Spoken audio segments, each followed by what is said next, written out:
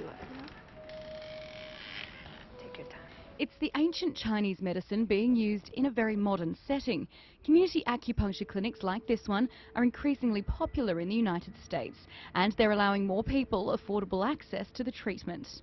So essentially, people are treated in a common community room instead of being seen individually in individual rooms, and that helps the practitioner able to see many more patients and watch many more patients at the same time, and therefore we're able to provide the service at a more reasonable price point. Joanne is the sole practitioner at Harlem, but her patients say they still feel they get the one-on-one attention. Anthony Crawford has been coming for 4 months to help his walking and balance as he gets older. The treatment is phenomenal. It's a way I call it an oasis. Okay, you come here, you have a way to empower yourself.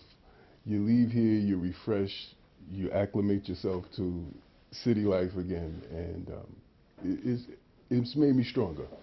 Has it changed your life, would you say?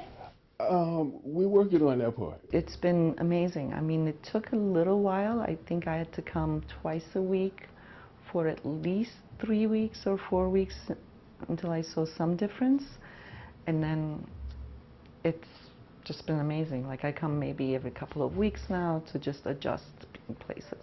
The community acupuncture clinic here in Harlem sees around 70 to 80 patients every week. The most common condition they're seeking treatment for is chronic pain, perhaps something they would have otherwise relied on painkillers to subdue.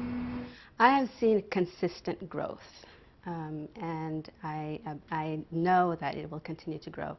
The thing is, I think community acupuncture has helped a lot. I don't want to toot our horn, but by making this accessible to many more people, I think as more people experience it, they go out and speak about their experiences, and it brings more and more people.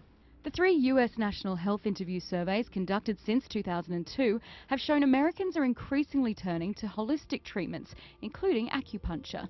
But despite this, many health insurance companies are hesitant to include acupuncture coverage in their policies.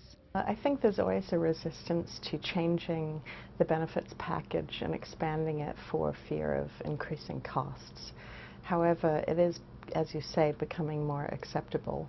I think it really depends partly on the medical evidence of its effectiveness and whether it's really going to sort of help people. That's the most important question.